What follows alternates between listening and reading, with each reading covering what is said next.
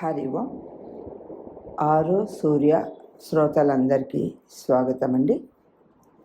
మనం గణపతి ముని గారి చేత రచింపబడిన ఉమా సహస్రం చెప్పుకుంటున్నాం. సహస్ర శ్లోకాలు ఉన్నాయి. ఇందులో 40 స్తబకాలు ఉన్నాయి.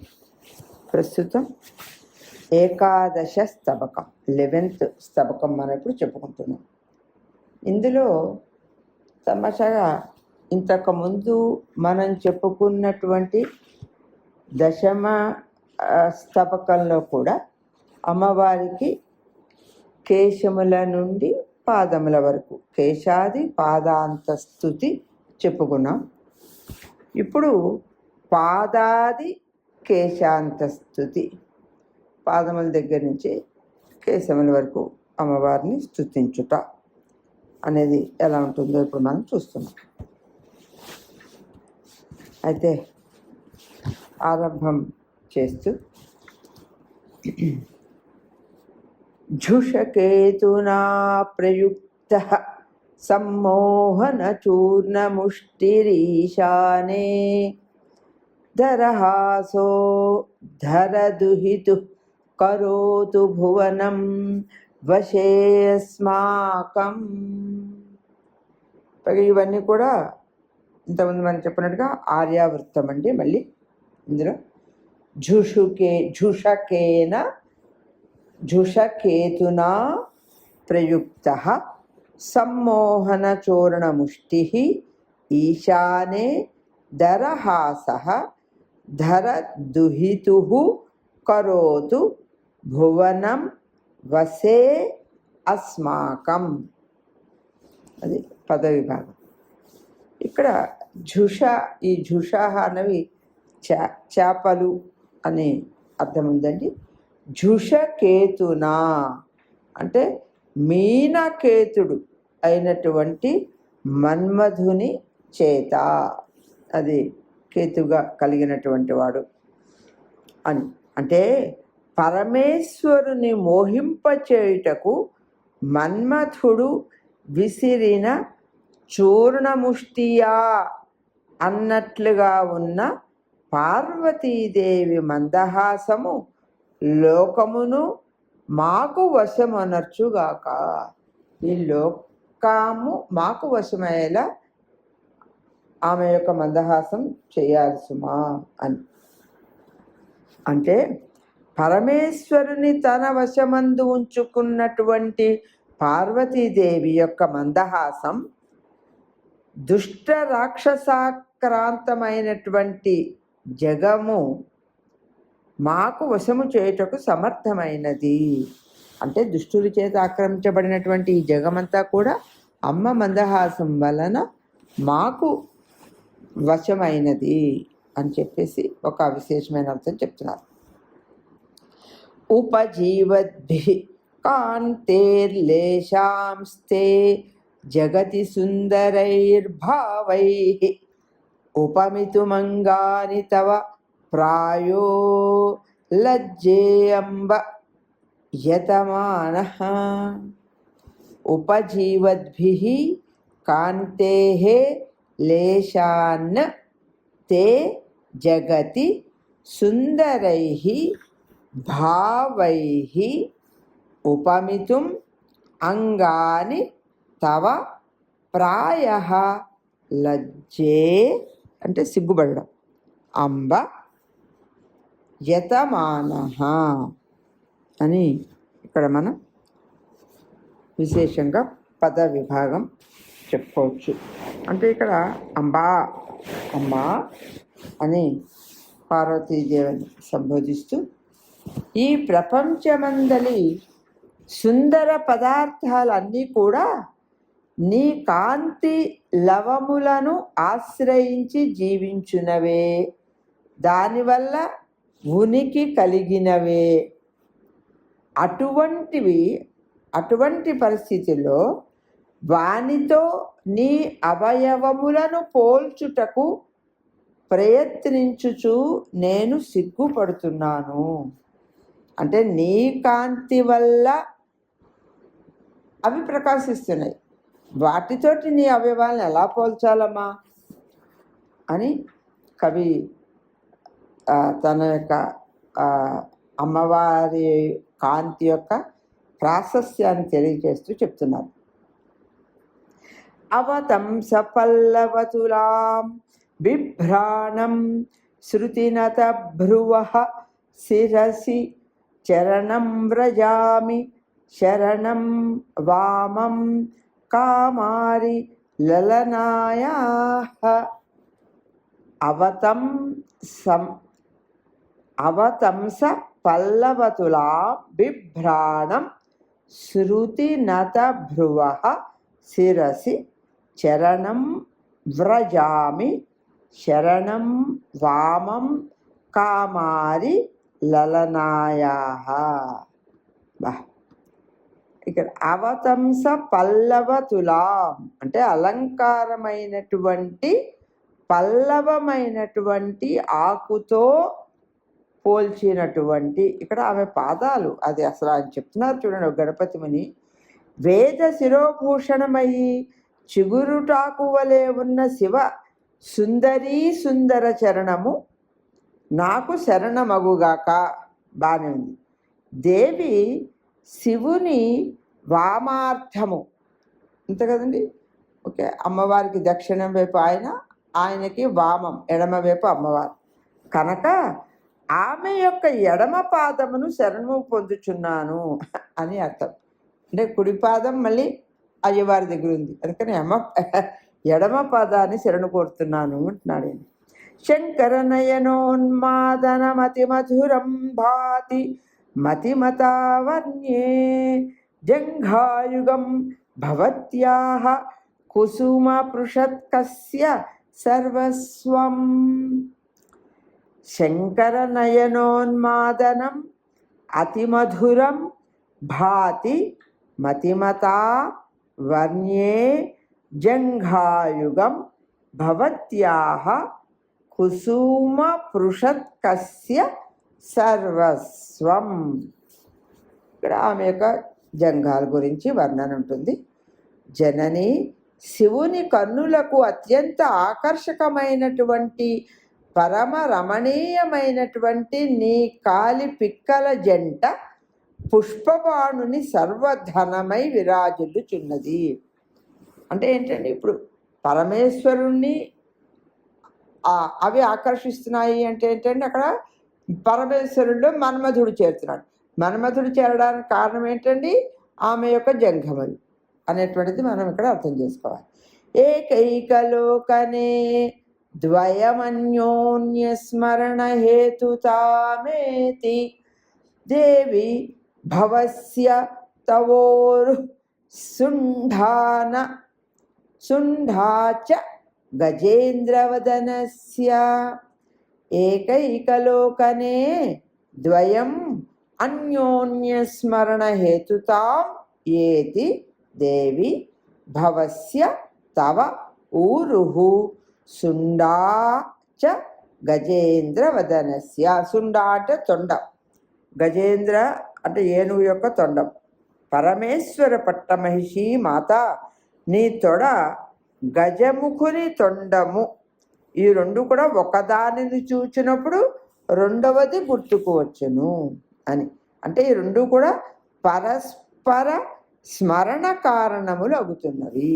అంటే దేవి ఊరువులు గజతుండ తుల్యములు, గజతుండములతో సమానమైనవి అనేటువంటిది సారాంశం.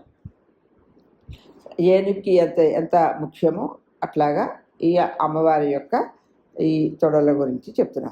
నాకో అవలగ్నమీశ్వరి కటిరవ నిర్భోగినాం జగన్నాభి కుక్షౌ న కేవలం తే బహిరపి వపుషి త్రయో లోకాః. నాకః అవలగ్నం ఈశ్వరి కటిః అవనిః భోగినాం జగత్ నాభిః కుక్షౌ న కేవలం తే బహిః అపి వపుషి త్రయః లోకాః. పరమేశ్వరి నీ నడుము స్వర్గలోకము. మొత్తం అక్కడ ఉదరం నుంచి నడుము కింద వరకు ఉన్నవి ఇక్కడ వర్ణిస్తున్నారు. కుక్షి ప్రదేశం అంటారు కదండి. కటి ప్రదేశము భూలోకము, నాభి పాతాళం. ఈ విధంగా 3 లోకాలు నీ కుక్షి ఎందే కాక, అంటే ఆ కింద భాగం ఎందే కాక, నీ బాహ్య శరీరంలో కూడా మధ్య నితంబ నాభి రూపములుగా ఉన్నవి.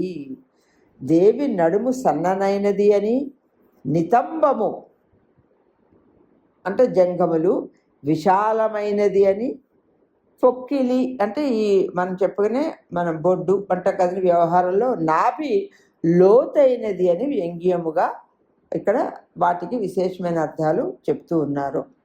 మన్యే మహాకృపాణం తవ వేణీమచలపుత్రి మదనస్య అసిధేనుకాం విశంకే నిశితతరాగ్రాం తు రోమాలిం. మన్యే మహాకృపాణం తవ వేణీం అచలపుత్రి మదనస్య అసిధేనుకాం విశంకే నిశితతరా అగ్రాం తు రోమాలిం. అమ్మా, నీ జడను మన్మధుని పెద్ద కత్తిగాను, నీ నూగారును వాడి అయిన చురకత్తిగాను ఊహించుచున్నాను అని ఇక్కడ. అంటే రోమాలింతు అంటే నూగారును మాత్రం, అంటే ఆ జడ వేలాడినటువంటి ప్రదేశం. ద్విరదవదనేన పీతం షడ్వదనేనాథ సకల భువనేన అక్షయ్య క్షీరామృతం అంబాయాః కుచయుగం జయతి. ద్విరదవదనేన పీతం షడ్వదనేన అథ సకల భువనేన అక్షయ్య క్షీరామృతం అంబాయాః కుచయుగం జయతి. అమ్మ యొక్క స్తనముల గురించి చెప్తున్నారు. గజముఖుడు షణ్ముఖుడు ఇద్దరు కూడా ఆ పిమ్మట సకల లోకములు తాగినను, వాళ్ళు తాగి లోకములు అందరూ కూడా తాగినను తరగనటువంటి పాలు కలిగినటువంటి, అంటే క్షీరామృతము కలిగినటువంటివి అమ్మ యొక్క స్తనయుగము సర్వోత్కృష్టముగా ఉంది కదా అని. జగదంబ లంబమానా పార్శ్వద్వితయే తవాగలాద్భాతి సాంద్రగ్రథిత మనోజ్ఞ ప్రసూనమాలేవ భుజయుగలీ. జగదంబ లంబమానా పార్శ్వద్వితయే తవ ఆగలాత్ భాతి సాంద్రగ్రథిత మనోజ్ఞ ప్రసూనమాలా ఇవ భుజ యుగలి. నీ బాహువులు, అమ్మ యొక్క భుజాలు, ఈ రెండు కూడా కంఠం నుంచి ఈ భుజాలు అటు ఇటు ఉంటాయి కదండి, ఈ ఇరుపక్కల వేలాడుతూ దట్టము, అవి ఎలా ఉన్నాయటండి అంటే దట్టముగా గుచ్చబడినటువంటి పూమాల, పువ్వుల యొక్క మాల వలె ఒప్పారుతున్నాయమ్మా. జానంతి శక్తిమసురాః సుషమాం సఖ్యో వదన్యతాం ఋషయః మృదుతాం తవాంబ పాణేర్వేద సదేవః పురాం భేత్తా. జానంతి శక్తిం అసురాః సుషమాం సఖ్యః వదాన్యతాం ఋషయః మృదుతాం తవ అంబ పాణేః వేద సహ దేవః పురాం భేత్తా. అంటే పురాం భేత్తా అంటే ఈ పురలు అంటే ఏంటంటే 3 త్రిపుర సంహారి అయినటువంటి ఆ మహాదేవుడు అని. అమ్మా, నీ చేతి యొక్క శక్తిని రాక్షసులు, అధిక శోభను నీ చెలికత్తెలు, దాతృత్వమును మునులు, కోమలత్వమును శివుడు తెలుసుకుంటున్నారు. అంటే అన్ని రకాలుగా ఆమె యొక్క చెయ్య ఒక్కొక్కరికి ఒక్కోలాగా ఆమెకు ఉపయోగపడుతుంది. అంటే ఒక్కొక్కలాగా గ్రహిస్తున్నారు. అది అది అని రాక్షసులు శక్తి స్వరూపిణి అని, చెలికెత్తెలు చాలా కాంతిమయంగా ఉంటుంది కదా అని, మునులు దానశీలి జ్ఞానప్రదాత అని, శివుడు కోమలంగా ఉంటుంది అని అని అని చేతిని ఈ అందరూ తలో రకంగా అనుకుంటున్నారు, గ్రహిస్తున్నారు కదమ్మా. కంబు సదృగంబ జగతాం మణివేషోడు స్రజ కృతా కల్ప కంఠోనఘ స్వరస్తే ధూర్జటిదోర్నయన కర్ణహిత. అంటే కంబు సదృక్ సమానమైనటువంటి, శంఖముతో సమానమైనటువంటి అంబా, జగతాం మణివేషోడు స్రజ కృతాకల్ప కంఠ అనఘస్వర తే ధూర్జటి దోర్నయన కర్ణహిత. అంటే ఇక్కడ జగన్మాత నీ కంఠము శంఖముతో సమానమైనదయ్యి, రత్న రూపమున ఉన్న నక్షత్రమాలతో కల్పింపబడినటువంటి భూషణము అలంకారము కలిగినదై, దోషము లేనటువంటి నిర్దుష్టమైనటువంటి ధ్వని కలిగినదై కంఠం. శివుని బాహువులకు, నేత్రములకు, చెవులకు ఇంపైనది కదా.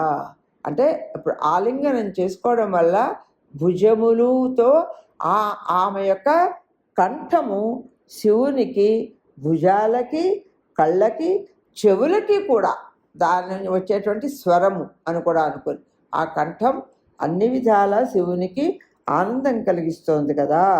ఆయన చెవులకు ఇంపుగాను చక్కని స్వరము ఉండి ఇంపుగాను ఉంటున్నది.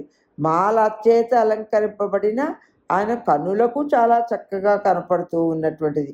ఆలింగన సుఖకరమైనటువంటి ఆలింగనం కలిగినందువల్ల బాహువులకు అంతటికీ కూడా ఆనందం కలిగిస్తోంది కదా. హరకాంతే వదనం తే దర్శం దర్శం వతం తం స శీతాంశు పూర్ణోపి అవాప కృశతాం ప్రాయేణాసూయయా శుష్కః. హరకాంతే వదనం తే దర్శం దర్శం వతం స శీతాంశు పూర్ణః అపి అవాప కృశతాం ప్రాయేణ అసూయయా శుష్కః అని ఇక్కడ ఈ హరకాంత అనేటువంటిది ఆమె హరుని యొక్క స్త్రీ. అంటే హరుని చేత కామించబడుతూ ఉన్నటువంటి అమ్మవారు అనేటువంటి ఒకనొక సంబోధనతో మనకి ఇక్కడ అమ్మని విశేషంగా సంబోధిస్తూ, జనని శివుని శిరోభూషణము అయినటువంటి చంద్రుడు నీ ముఖమును చూసి అని చూస్తూ కూడా ఎప్పుడు చూస్తూనే ఉన్నాడు కదండి, అక్కడే పైనే ఉంటాడు కదా. పూర్ణుడు అయినప్పటికీ తరచుగా అసూయతో నీరసించి చిక్కిపోయినాడు, అసూయ వల్ల అని. చంద్రుడు చిక్కిపోయి ఉన్నాడు, చంద్రుని కాంతి నీ కాంతి ముందు తగ్గిపోయింది కదమ్మా అన్నట్టుగా కూడా ఇక్కడ చెప్తూ ఉన్నారు. చంద్రం మృణాయ సకల చపలాక్షి వదన జాతిరాహ్వయతాం తం తు మహసా ముఖే ముఖం తే మహేశ కాంతే జిగాయైకం. చంద్రం రణాయ సకల చపలాక్షి వదన జాతి ఆహ్వయతాం తం తు మహసా ముఖం తే మహేశ కాంతే జిగాయ ఏకం పరమేశ్వర కామిని జనని సుందర స్త్రీల ముఖములు అన్నియూ కలసి తమ కాంతితో చంద్రుని జయించుటకు ప్రయత్నించుగాక. కానీ నీ ముఖము ఒక్కటే అజేయుడు అయినటువంటి ఆ చంద్రునే కాంతితో జయించినది. అంటే దేవి ముఖ తేజస్సు సర్వశోభితశాయి, అంటే అన్నిటికంటే మించినది అని ఇక్కడ మనకి భావాన్ని తెలియచేస్తూ ఉన్నారు. అంటే ఇక్కడ సమస్తమైనటువంటి సుందర స్త్రీల ముఖ సమూహము చంద్రుని అంటే యుద్ధం కోసం పిలిచినట్టుగా తేజస్సులో ఎవరు గొప్ప అని. అంటే అలాగే నీతో నీ యొక్క ఒక్కటి అయినటువంటి ముఖం ఆ చంద్రునే, నీ ముఖాన్నే ఎంతసేపు చూస్తున్నటువంటి ఆ చంద్రుడు కాంతితో, అంటే ఆ చంద్రునే నీ ముఖము జయించింది కదా అని. దేవి ముఖ తేజస్సు శోభాతిశాయి అని భావము అని చెప్తున్నారు. స్వస్తి. మిగిలిన 13 శ్లోకాలు చెప్పుకున్నాం, తర్వాత మిగిలినవి చెప్పుకుందాం, అర్థం చేసుకుందాం, మనం ఇందులో ఆచరిద్దాం. స్వస్తి.